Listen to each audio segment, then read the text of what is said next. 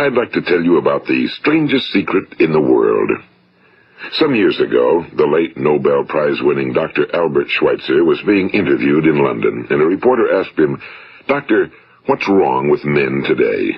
And the great doctor was silent a moment, and then he said, "Men simply don't think." It's about this that I want to talk with you. We live today in a golden age. This is an era that man has looked forward to, dreamed of, and worked toward for thousands of years. But since it's here, we pretty well take it for granted. We in America are particularly fortunate to live in the richest land that ever existed on the face of the earth, a land of abundant opportunity for everyone. But do you know what happens? Well, let's take 100 men who start even at the age of 25. Do you have any idea what will happen to those men by the time they're 65? These 100 men who all start even at the age of 25 believe they're going to be successful. If you asked any one of these men if he wanted to be a success, he'd tell you he did. And you'd notice that he was eager toward life, that there was a certain sparkle to his eye, an erectness to his carriage, and life seemed like a pretty interesting adventure to him. But by the time they're 65, 1 will be rich. 4 will be financially independent. 5 will still be working. 54 will be broke. Now think a moment. Out of the 100, only 5 make the grade. Now why do so many fail? What has happened to the sparkle that was there when they were 25? What's become of the dreams, the hopes, the plans? And why is there such a large disparity between what these men intended to do and what they actually accomplished? When we say about 5% achieve success, we have to define success. And here's the best definition I've ever been able to find. Success is the progressive realization of a worthy ideal. If a man is working toward a predetermined goal and knows where he's going, that man is a success. If he's not doing that, he's a failure. Success is the progressive realization of a worthy ideal. Rollo May, the distinguished psychiatrist, wrote a wonderful book called Man's Search for Himself. And in this book he says, the opposite of courage in our society is not cowardice. It is conformity. And there you have the trouble today. It's conformity, people acting like everyone else without knowing why, without knowing where they're going. Now think of it. In America right now, there are over 18 million people 65 years of age and older. And most of them are broke. They're dependent on someone else for life's necessities. Now, we learn to read by the time we're 7. We learn to make a living by the time we're 25. Usually by that time, we're not only making a living, we're supporting a family. And yet by the time we're 65, we haven't learned how to become financially independent in the richest land that has ever been known. Why? We conform. And the trouble is that we're acting like the wrong percentage group, the 95 who don't succeed. Now, why do these people conform? Well, they really don't know. These people believe that their lives are shaped by circumstances, by things that happen to them, by exterior forces. They're outer-directed people. A survey was made one time that covered a lot of men, working men, and these men were asked, "Why do you work? Why do you get up in the morning?" 19 out of 20 had no idea. If you ask them, they'll say, well, everyone goes to work in the morning, and that's the reason they do it, because everyone else is doing it. Now let's get back to our definition of success. Who succeeds? The only person who succeeds is the person who is progressively realizing a worthy ideal. He's the person who says, I'm going to become this, and then begins to work toward that goal. I'll tell you who the successful people are. A success is the school teacher who's teaching school because that's what he or she wants to do. The success is the woman who's a wife and mother because she wanted to become a wife and mother and is doing a good job of it. The success is the man who runs the corner gas station because that was his dream. That's what he wanted to do. The success is the successful salesman who wants to become a top-notch salesman and grow and build with his organization. A success is anyone who is doing deliberately a predetermined job because that's what he decided to do deliberately. But only 1 out of 20 does that. That's why today there isn't really any competition unless we make it for ourselves. Instead of competing, all we have to do is create. You know, for 20 years, I looked for the key which would determine what would happen to a human being. Was there a key I wanted to know which would make the future a promise that we could foretell to a large extent? Was there a key that would guarantee a person's becoming successful if he only knew about it and knew how to use it? Well, there is such a key, and I've found it. Have you ever wondered why so many men work so hard and honestly without ever achieving anything in particular, and others don't seem to work hard and yet seem to get everything? They seem to have the magic touch. You've heard them say that about someone. Everything he touches turns to gold. And have you ever noticed that a man who becomes successful tends to continue to become successful? And on the other hand, have you noticed how a man who's a failure tends to continue to fail? Well, it's because of goals. Some of us have goals, some don't. People with goals succeed because they know where they're going. It's that simple. Think of a ship leaving a harbor, and think of it with the complete voyage mapped out and planned. The captain and crew know exactly where it's going and how long it'll take. It has a definite goal. Now, 9,999 times out of 10,000, it will get to where it started out to get. Now let's take another ship, just like the first, only let's not put a crew on it or a captain at the helm. Let's give it no aiming point, no goal, no destination. We just start the engines and let it go. I think you'll agree with me that if it gets out of the harbor at all, it will either sink or wind up on some deserted beach, a derelict. It can't go anyplace because it has no destination and no guidance, and it's the same with a human being. Take the salesman, for example. There's no other person in the world today with the future of a good salesman. Selling is the world's highest paid profession, if we're good at it, and if we know where we're going. Every company needs top-notch salesmen, and they reward those men. The sky's the limit for them. But how many can you find? Someone once said the human race is fixed, not to prevent the strong from winning, but to prevent the weak from losing. The American economy today can be likened to a convoy in time of war. The entire economy is slowed down to protect its weakest link, just as the convoy had to go at the speed that would permit its slowest vessel to remain in formation. That's why it's so easy to make a living today. It takes no particular brains or talent to make a living and support a family today. So we have a plateau of so-called security, if that's what a person's looking for. But we do have to decide how high above this plateau we want to aim. Now let's get back to the strangest secret in the world, the story that I wanted to tell you today. Why do men with goals succeed in life and men without them fail? Well, let me tell you something which, if you really understand it, will alter your life immediately. If you understand completely what I'm going to tell you from this moment on, your life will never be the same again. You will suddenly find that good luck just seems to be attracted to you. The things you want just seem to fall in line, and from now on you won't have the problems, the worries, the gnawing lump of anxiety that perhaps you've experienced before. Doubt, fear, well, they'll be things of the past. Here's the key to success and the key to failure. We become what we think about. Now let me say that again. We become what we think about. Throughout all history, the great wise men and teachers, philosophers and prophets have disagreed with one another on many different things. It's only on this one point that they are in complete and unanimous agreement. Listen to what Marcus Aurelius, the great Roman emperor, said. A man's life is what his thoughts make of it. Disraeli said this. Everything comes if a man will only wait. I've brought myself by long meditation to the conviction that a human being with a settled purpose must accomplish it, and that nothing can resist a will that will stake even existence for its fulfillment. Ralph Waldo Emerson said this, a man is what he thinks about all day long. William James said, the greatest discovery of my generation is that human beings can alter their lives by altering their attitudes of mind. And he also said, we need only in cold blood act as if the thing in question were real, and it will become infallibly real by growing into such a connection with our life that it will become real. It will become so knit with habit and emotion that our interest in it will be those which characterize belief. And he also said, if you only care enough for a result, you will almost certainly attain it. If you wish to be rich, you will be rich. If you wish to be learned, you will be learned. If you wish to be good, you will be good. Only you must then really wish these things and wish them exclusively, and not wish at the same time 100 other incompatible things just as strongly. In the Bible you read in Mark 9:23, if thou canst believe, all things are possible to him that believeth. My old friend Dr. Norman Vincent Peale put it this way, this is one of the greatest laws in the universe. Fervently do I wish I had discovered it as a very young man. It dawned upon me much later in life, and I found it to be one of the greatest, if not my greatest discovery outside of my relationship to God.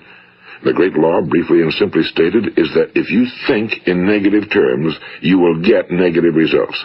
If you think in positive terms, you will achieve positive results. That is the simple fact, he went on to say, which is at the basis of an astonishing law of prosperity and success. In 3 words, believe and succeed. William Shakespeare put it this way: our doubts are traitors and make us lose the good we oft might win by fearing to attempt. George Bernard Shaw said, people are always blaming their circumstances for what they are. I don't believe in circumstances. The people who get on in this world are the people who get up and look for the circumstances they want, and if they can't find them, make them. Well, it's pretty apparent, isn't it? And every person who discovered this for a while believed that he was the first one to work it out. We become what we think about. Now, it stands to reason that a person who's thinking about a concrete and worthwhile goal is going to reach it, because that's what he's thinking about, and we become what we think about. Conversely, the man who has no goal, who doesn't know where he's going, and whose thoughts must therefore be thoughts of confusion and anxiety and fear and worry, becomes what he thinks about. His life becomes one of frustration and fear and anxiety and worry. And if he thinks about nothing, he becomes nothing. Now, how does it work? Why do we become what we think about? Well, I'll tell you how it works as far as we know. Now, to do this, I want to tell you about a situation that parallels the human mind. Suppose a farmer has some land, and it's good, fertile land. Now, the land gives the farmer a choice. He may plant in that land whatever he chooses. The land doesn't care. It's up to the farmer to make the decision.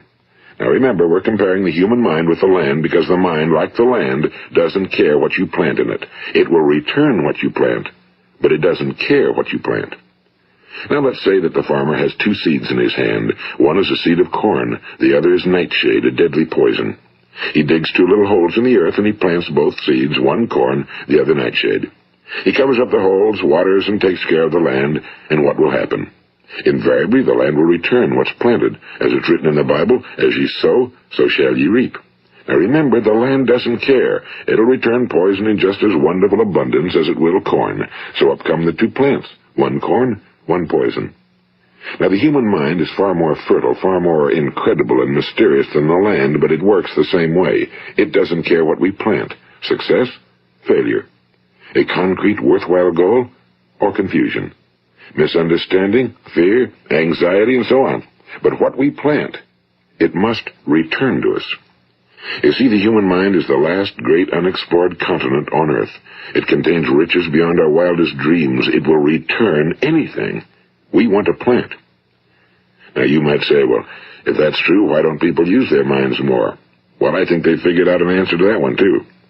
Our mind comes as standard equipment at birth. It's free, and things that are given to us for nothing we place little value on. Things that we pay money for, we value.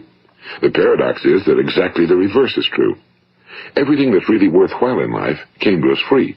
Our minds, our souls, our bodies, our hopes, our dreams, our ambitions, our intelligence, our love of family and children and friends and country, all these priceless possessions are free. But the things that cost us money are actually very cheap and can be replaced at any time. A good man can be completely wiped out and make another fortune. He can do that several times. Even if our home burns down, we can rebuild it. But the things we got for nothing, we can never replace. The human mind isn't used because we take it for granted. Familiarity breeds contempt. It can do any kind of job we assign to it, but generally speaking, we use it for little jobs instead of big, important ones. Universities have proved that most of us are operating on about 10% or less of our abilities. So decide now, what is it you want? Plant your goal in your mind. It's the most important decision you'll ever make in your entire life. What is it you want? Do you want to be an outstanding salesman? A better worker at your particular job? Do you want to go places in your company? In your community? Do you want to get rich? All you've got to do is plant that seed in your mind, care for it, work steadily toward your goal, and it will become a reality. It not only will, there's no way that it cannot. You see, that's a law, like the laws of Sir Isaac Newton, the laws of gravity. If you get on top of a building and jump off, you'll always go down. You'll never go up, and it's the same with all the other laws of nature. They always work. They're inflexible. Think about your goal in a relaxed, positive way. Picture yourself in your mind's eye as having already achieved this goal. See yourself doing the things you will be doing when you've reached your goal. Ours has been called the phenobarbital age, the age of ulcers and nervous breakdowns and tranquilizers, at a time when medical research has raised us to a new plateau of good health and longevity. Far too many of us worry ourselves into an early grave, trying to cope with things in our own little personal ways, without learning a few great laws that will take care of everything for us. These things we bring on ourselves through our habitual way of thinking. Every one of us is the sum total of his own thoughts. He is where he is because that's exactly where he really wants to be, whether he'll admit that or not. Each of us must live off the fruit of his thoughts in the future, because what you think today and tomorrow, next month and next year, will mold your life and determine your future. You're guided by your mind. I remember one time I was driving through eastern Arizona, and I saw one of those giant earth-moving machines roaring along the road at about 35 miles an hour with what looked like 30 tons of dirt in it. A tremendous, incredible machine, and there was a little man perched way up on top with the wheel in his hands guiding it. And as I drove along, I was struck by the similarity of that machine to the human mind. Just suppose you're sitting at the controls of such a vast source of energy. Are you going to sit back and fold your arms and let it run itself into a ditch? Or are you going to keep both hands firmly on the wheel and control and direct this power to a specific, worthwhile purpose? It's up to you. You're in the driver's seat. You see, the very law that gives us success is a two-edged sword. We must control our thinking. The same rule that can lead a man to a life of success, wealth, happiness, and all the things he ever dreamed of for himself and his family. That very same law can lead him into the gutter.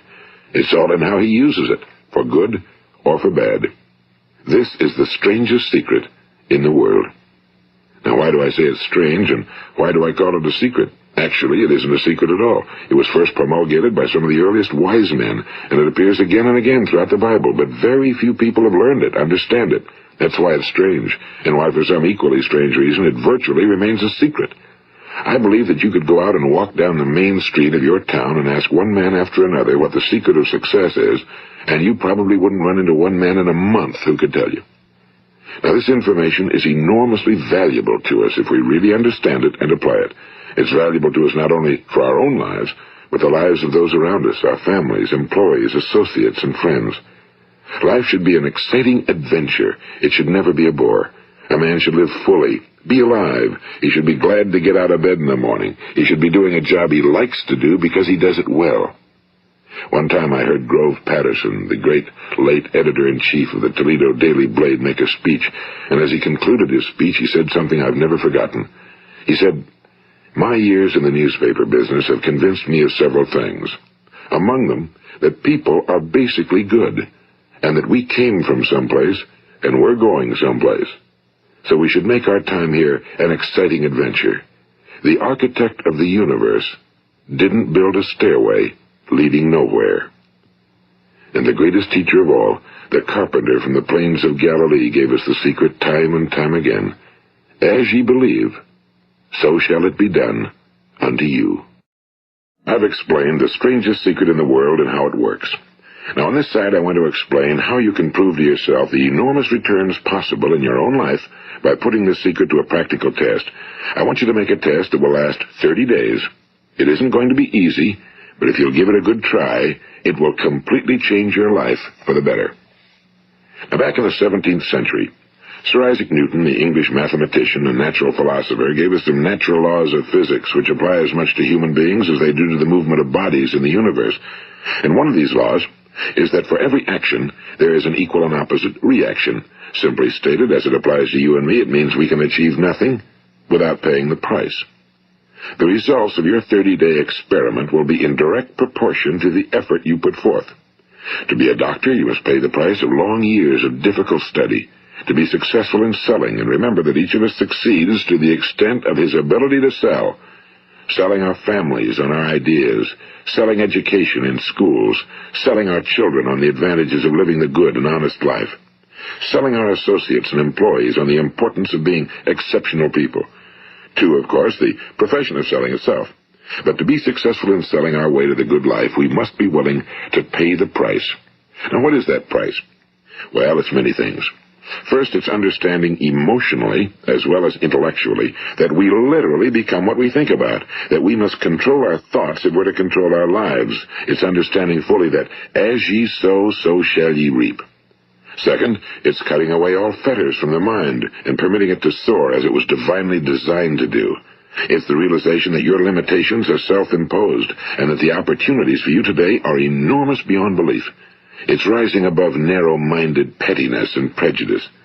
And third, it's using all your courage to force yourself to think positively on your own problem, to set a definite and clearly defined goal for yourself, to let your marvelous mind think about your goal from all possible angles, to let your imagination speculate freely upon many different possible solutions, to refuse to believe that there are any circumstances sufficiently strong to defeat you in the accomplishment of your purpose, to act promptly and decisively when your course is clear, and to keep constantly aware of the fact that you are, at this moment, standing in the middle of your own acres of diamonds, as Russell Conwell used to point out.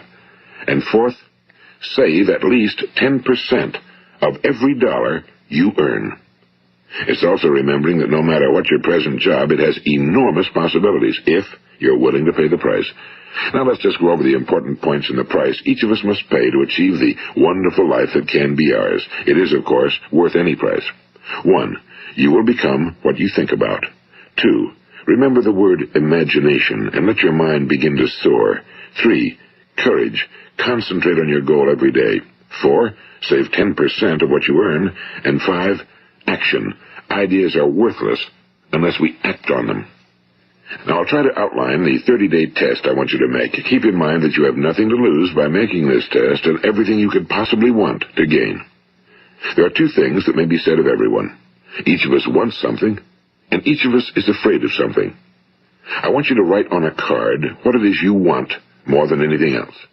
It may be more money. Perhaps you'd like to double your income or make a specific amount of money. It may be a beautiful home. It may be success at your job. It may be a particular position in life. It could be a more harmonious family. Each of us wants something.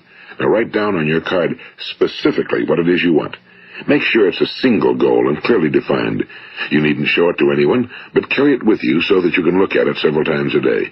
Think about it in a cheerful, relaxed, positive way each morning when you get up, and immediately you have something to work for, something to get out of bed for, something to live for. Look at it every chance you get during the day and just before going to bed at night. And as you look at it, remember that you must become what you think about, and since you're thinking about your goal, you realize that soon it will be yours. In fact, it's yours really the moment you write it down and begin to think about it. Look at the abundance all around you as you go about your daily business. You have as much right to this abundance as any other living creature. It's yours for the asking. Now we come to the difficult part. Difficult because it means the formation of what is probably a brand new habit, and new habits are not easily formed. Once formed, however, it will follow you for the rest of your life. Stop thinking about what it is you fear. Each time a fearful or negative thought comes into your consciousness, replace it with a mental picture of your positive and worthwhile goal. And there will come times when you'll feel like giving up. It's easier for a human being to think negatively than positively. That's why only 5% are successful. You must begin now to place yourself in that group. For 30 days, you must take control of your mind. It will think about only what you permit it to think about. Each day for this 30-day test, do more than you have to do. In addition to maintaining a cheerful, positive outlook, give of yourself more than you've ever done before. Do this knowing that your returns in life must be in direct proportion to what you give. The moment you decide on a goal to work toward, you're immediately a successful person. You are then in that rare and successful category of people who know where they're going. Out of every 100 people, you belong to the top 5. Don't concern yourself too much with how you're going to achieve your goal. Leave that completely to a power greater than yourself. All you have to do is know where you're going. The answers will come to you of their own accord and at the right time. Remember these words from the Sermon on the Mount, and remember them well. Keep them constantly before you this month of your test. Ask, and it shall be given you. Seek, and ye shall find. Knock, and it shall be opened unto you. For every one that asketh receiveth, and he that seeketh findeth, and to him that knocketh it shall be opened. It's as marvelous and as simple as that. In fact, it's so simple that in our seemingly complicated world, it's difficult for an adult to understand that all he needs is a purpose and faith. For 30 days, Do your very best. If you're a salesman, go at it as you've never done before, not in a hectic fashion, but with the calm, cheerful assurance that time well spent will give you the abundance in return you deserve and want.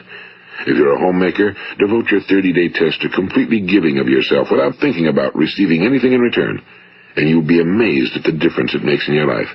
No matter what your job, do it as you've never done it before for 30 days. And if you've kept your goal before you every day, you'll wonder and marvel at this new life you've found. Dorothea Brand, the outstanding editor and writer, discovered it for herself and tells about it in her fine book, Wake Up and Live. Her entire philosophy is reduced to the words, act as though it were impossible to fail. She made her own test with sincerity and faith, and her entire life was changed to one of overwhelming success. Now, you make your test for 30 full days. Don't start your test until you've made up your mind to stick with it.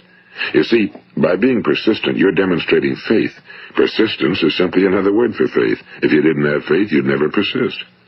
If you should fail during your first 30 days, by that I mean suddenly find yourself overwhelmed by negative thoughts, you've got to start over again from that point and go 30 more days.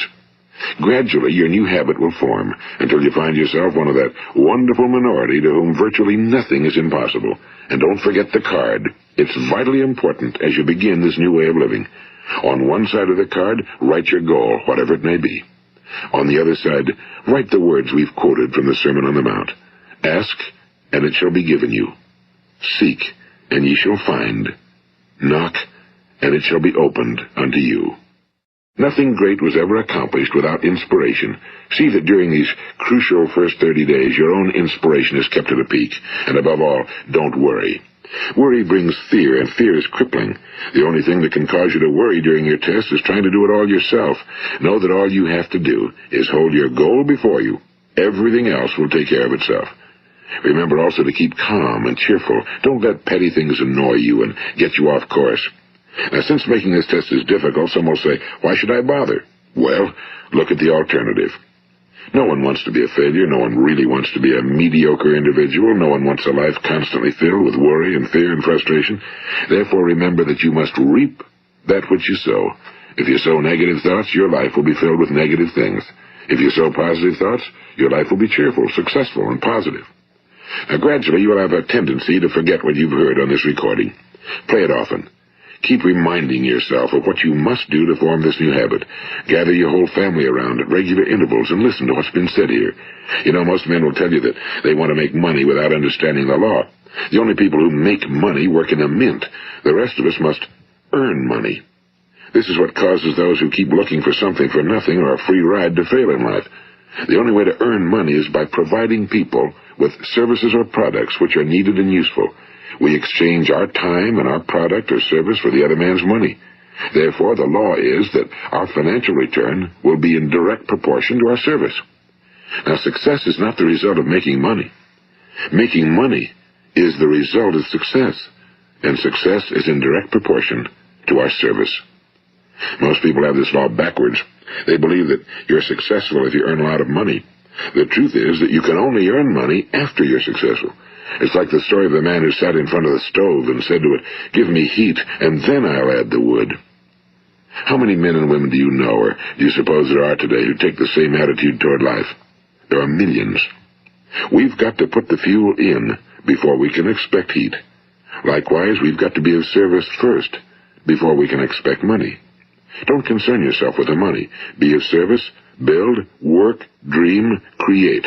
Do this, and you'll find there's no limit to the prosperity and abundance that will come to you. Prosperity, you know, is founded upon a law of mutual exchange. Any person who contributes to prosperity must prosper in turn himself. Sometimes the return will not come from those you serve, but it must come to you from someplace, because that's the law. For every action, there is an equal and opposite reaction. As you go daily through your 30-day test period, remember that your success will always be measured by the quality and quantity of service you render, and money is a yardstick for measuring this service. No man can get rich himself unless he enriches others. Now, there are no exceptions to a law. You can drive down any street in America and from your car estimate the service that's being rendered by the people living on that street. Had you ever thought of this yardstick before? It's interesting. Some, like ministers and priests and other devoted people, measure their returns in the realm of the spiritual, but again, their returns are equal to their service. Once this law is fully understood, any thinking person can tell his own fortune. If he wants more, he must be of more service to those from whom he receives his return. If he wants less, he has only to reduce his service. This is the price you must pay for what you want. If you believe you can enrich yourself by deluding others, you can end only by deluding yourself. It may take some time, but just as surely as you breathe, you'll get back what you put out. Don't ever make the mistake of thinking you can avert this. It's impossible. The prisons and the streets where the lonely walk are filled with people who tried to make new laws just for themselves.